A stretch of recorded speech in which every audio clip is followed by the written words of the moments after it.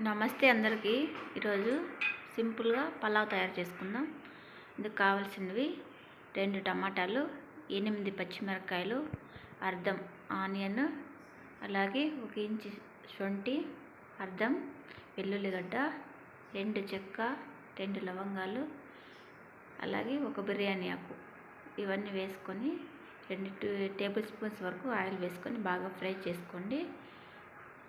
బాగా చల్లారినాక ఇలా మిక్సీ పట్టుకోండి. తర్వాత ఒక ప్యాన్ పెట్టుకొని, నేను కుక్కర్ యూజ్ చేస్తున్నాను. కుక్కర్ పెట్టుకొని 2 టేబుల్ స్పూన్స్ ఆయిల్ వేసుకున్నాను. కొంచెం సాసవులు, అలాగే 4 చిన్న చెక్క ముక్కలు, 2 లవంగాలు వేసుకుంటున్నాను. అలాగే నేను ఇక్కడ 8 beans, 1/2 carrot and 1 potato and ఇప్పుడు బఠానీ తీసుకున్నాను. మీ దగ్గర ఏ వెజిటేబుల్స్ ఉంటే ఆ వెజిటేబుల్స్ తీసుకోండి. వెజిటేబుల్స్ తీసుకొని బాగా మగ్గనియండి. ఆయిల్లో కొంచెం ఫ్రై అవ్వాలి. ఇలా బాగా ఫ్రై అవ్వాలి ఆయిల్లో కొంచెం, అప్పుడు టేస్ట్ బాగుంటుంది. అలాగే ఇందులోకి కొంచెం కరివేపాకు కూడా వేసుకుంటున్నాను. అలాగే తగినంత ఉప్పు, మీ రుచికి తగినంత ఉప్పు కూడా వేసుకోండి. నేను ఇక్కడ కల్లుప్పు వాడుతున్నాను,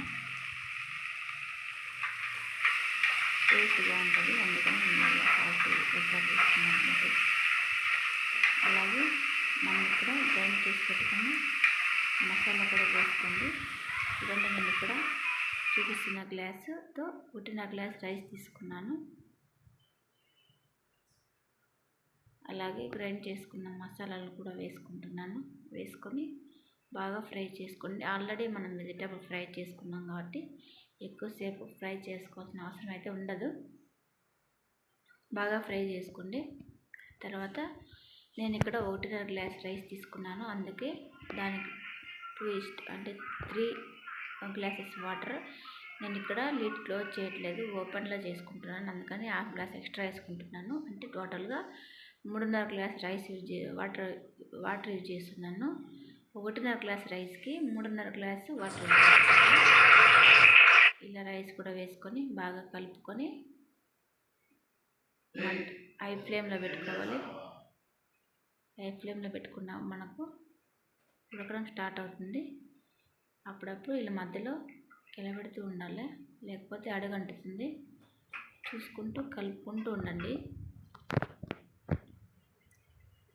కలుపుకుంటూ ఉంటే నీళ్ళన్నీ ఇలా దగ్గర పడతాయి.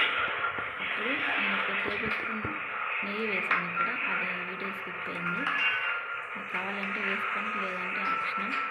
అంటే టేస్ట్ బాగుంటుందని వేసుకున్నాను. చూడండి, మొత్తం అంతా నీళ్ళంతా చిన్నకున్నాయి. ఇప్పుడు 100% సిమ్లోనే చేసుకోండి ఈ కుకింగ్, లేకపోతే అడుగంటుతుంది. చూడండి, నేను ఇలా చూసుకుంటూనే ఉన్నాను. ప్రతి 1 నిమిషానికి ఒకసారి చూస్తున్నాను. అంతే అండి, చాలా టేస్టీగా ఉంటుంది. ఒక్కసారి తప్పకుండా ట్రై చేసి మీకు ఎలా వచ్చిందో కామెంట్ చేయండి.